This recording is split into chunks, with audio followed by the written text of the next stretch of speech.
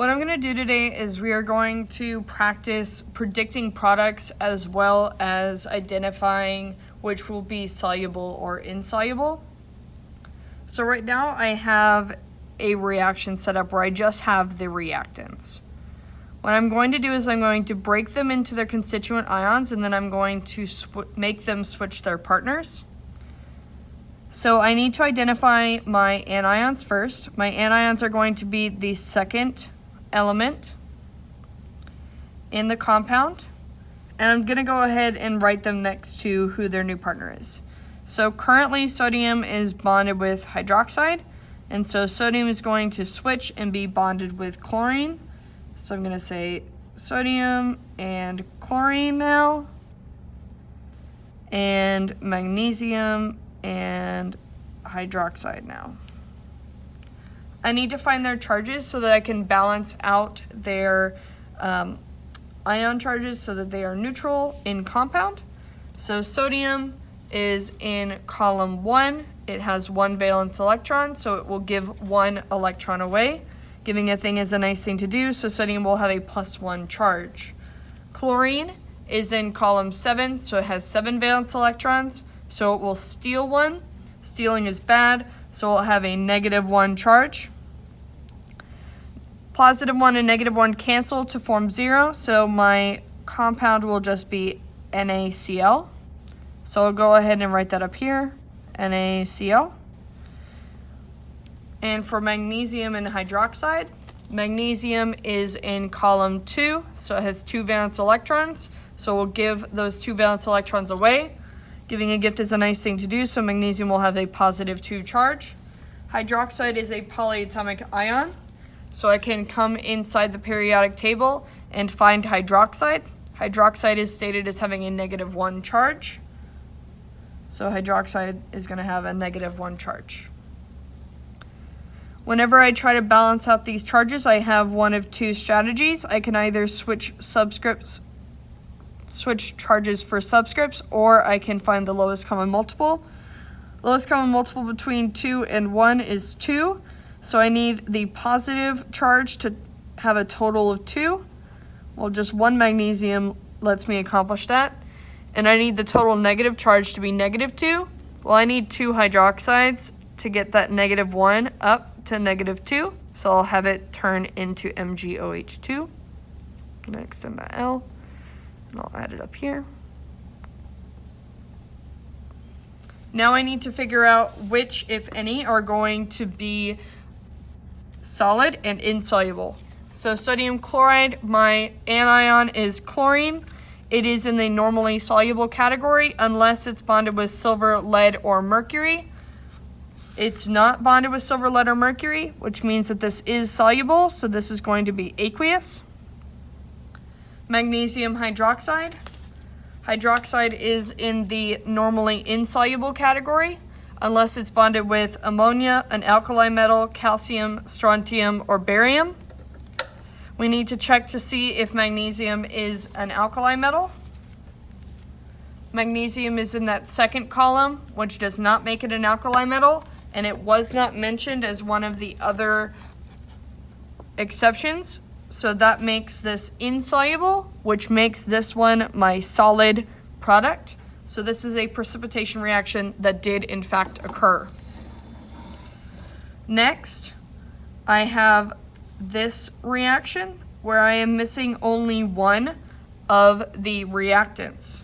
Here I have silver nitrate. It's stated as being aqueous, as it should. All precipitation reactions have to have aqueous reactants. And I am producing silver iodide and calcium nitrate.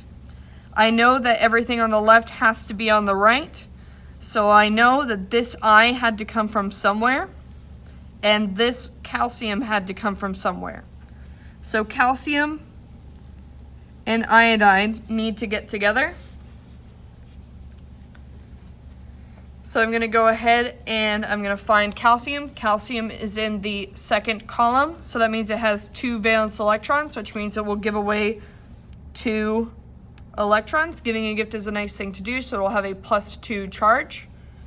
Iodine is in column 7, So that means it has 7 valence electrons.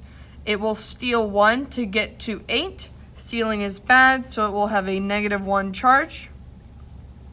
I'm going to show you the other way that we can balance these charges, and that is going to just be to do a crisscross method. So I'm going to write them together smushed since they are now bonded.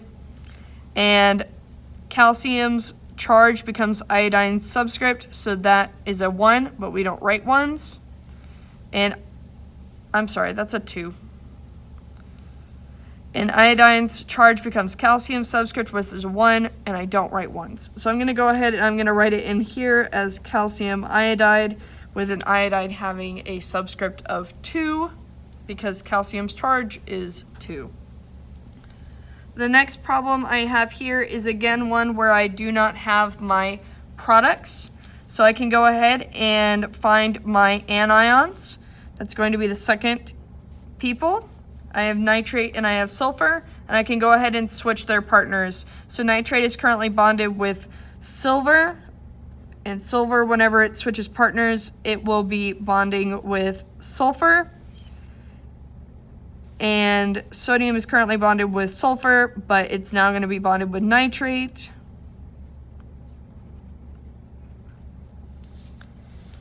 So silver is part of cadmium.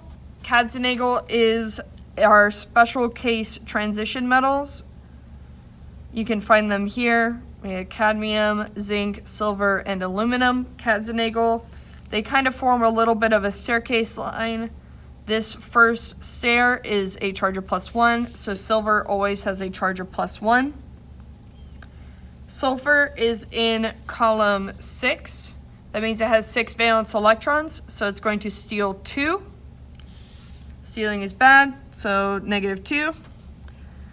When I switch charges for subscripts, I'm just going to go ahead and write them together smushed. Sulfur's 2 charge becomes silver's 2 subscript, and silver's 1 charge becomes sulfur's 1 subscript, but we are not going to write 1s. And we're just going to go ahead and move on here. So sodium is in column 1. It has 1 valence electron, so it will give away 1 electron. Nitrate is a polyatomic ion. It has a charge of -1. 1 and 1 cancel already, so I can just go ahead and write it as NaNO3. And I'll write it up here as well. And now I just need to check if they are soluble or not. So silver sulfide. Sulfide is the one that I'm going to check against. Sulfide is down here in the generally insoluble category unless it's bonded with ammonia, an alkali metal, calcium, strontium, or barium. Silver is not in the first column. It is all the way in the transition metals, which means that this is going to be my solid product. Sodium nitrate. I need to check nitrate. Nitrate is in the generally soluble category. It does not have any exceptions, so that means that this is my aqueous product. I'm noticing that I accidentally did not write a state signifier for that second problem. That is because for all of these, my thing has to be aqueous, but we can prove that it is aqueous. If we go back and we look at iodine, we see that iodine is in the generally soluble category unless it's bonded with silver, lead, or mercury. It's not, so it's aqueous. For it to be a valid reactant, it has to be aqueous. This next problem, I am again going to be finding my missing reactant. I see strontium, I see strontium, I see hydroxide. I don't see hydroxide over here. This is actually going to be a secret hydroxide. It's really HOH. And HOH, now I have my hydroxide back, and I kept the same number of hydrogens present. I just rewrote it so that we could see the hydroxide. Now the people that I do not know where they came from is hydrogen and sulfate. hydrogen and sulfate, we are going to have a unique situation. Hydrogen is going to act as if it was a metal. It is in the first column. It has one valence electron. It's going to give away that one valence electron to sulfate because sulfate is just oh so mean.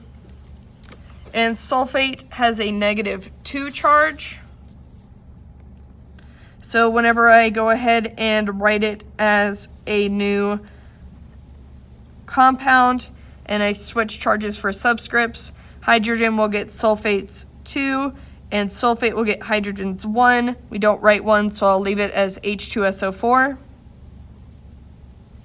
I'm going to go ahead and I'm going to check to see if hydrogen sulfate is a valid reactant. Is it aqueous? I'm going to go ahead and I'm going to find sulfate. Sulfate is in the generally soluble category unless it's bonded with strontium, barium, lead, or mercury. It's not. It's bonded with hydrogen, which would make this aqueous. The next problem here, I have another one where I am missing my reactant. Here I have potassium, potassium. I have bromine, bromine. The ones that I do not have accounted for are going to be silver and nitrate. Silver is again part of that Katzenagel. We already found its charge earlier. It's going to always have a charge of +1.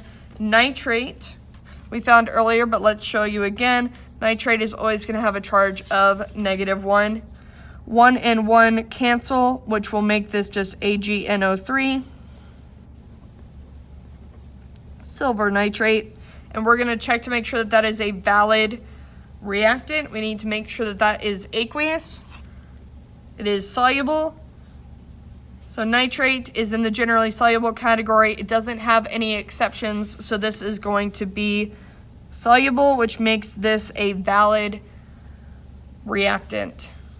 The next compound that I have, or the next reaction that I have here, I am missing my products. I have lead to nitrate and I have sodium chloride reacting to form something.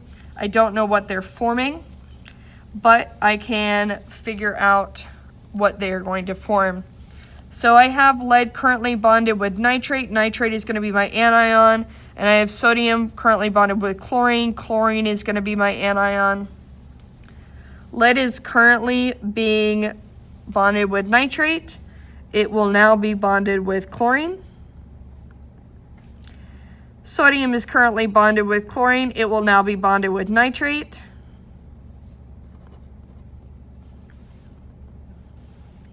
Now here's a unique situation. Lead is not an easy metal to deal with.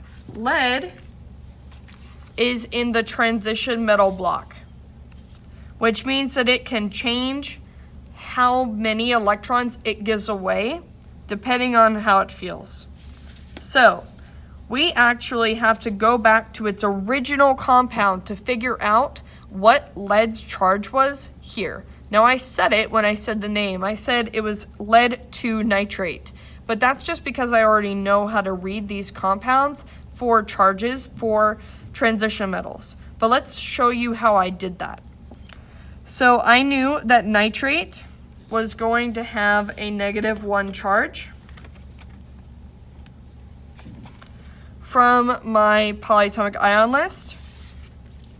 And I knew that I had 2 of them. That means I have a total negative charge of -2, which means that to counteract that -2, I had to have a +2 coming from lead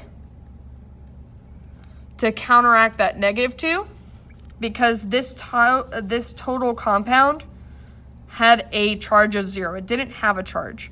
So that means that lead is +2 and chlorine is going to be the thing that we need to find. Chlorine is in column 7, so that means it has 7 valence electrons. That means it's going to steal 1 to get to 8. Stealing is bad, -1. Now whenever we go ahead and flip charges for subscripts, lead's 2 will come down to chlorine, and chlorine's 1 will go down to lead, but we don't write that. But it is going to be my new product. And now I just get to deal with sodium and nitrate. Sodium is a nicer metal to deal with. It is a representative metal. It is in the first column, which means that it always does the same thing. It has one valence electron, and that means it's going to give away its one valence electron. Giving a gift is a nice thing to do, so it has a positive 1 charge. Nitrate, we just looked back and we found that nitrate had a negative 1 charge. So we'll go ahead and attach it here. And 1 and negative 1 already cancel, so we can just go ahead and write that as NaNO3 and add that as one of my new products. Now we just need to see which one is going to be insoluble. We have lead to chloride. Chloride is in the generally soluble category unless it's bonded with silver, lead 2, or mercury. It is in fact bonded with lead 2 here, so that means that this is going to be my insoluble solid product. Sodium nitrate, I need to check nitrate. Nitrate is in the generally soluble category. It does not have any exceptions, so this is going to be my aqueous product, my soluble product. Last example that we have here, we are missing our reactant. We have cesium, we have carbonate. The people that I did not point to that are on the right-hand side are calcium and bromine.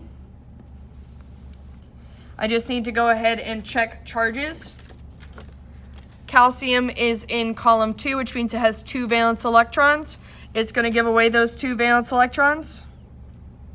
And bromine is in column 7, so that means it has 7 valence electrons. It's going to steal 1, and stealing is bad. So when they form a compound, calcium's plus 2 charge becomes bromine's 2 subscript, and bromine's negative 1 charge becomes calcium's 1 subscript, but we don't write ones. And I'm just going to make sure that that's a valid reactant and that it is aqueous. So I'm going to go ahead, I'm going to look at bromine. Bromine is in the generally soluble category unless it's bonded with silver, lead, or mercury. It is not. It's bonded with calcium, which makes this aqueous, which makes this a valid reactant.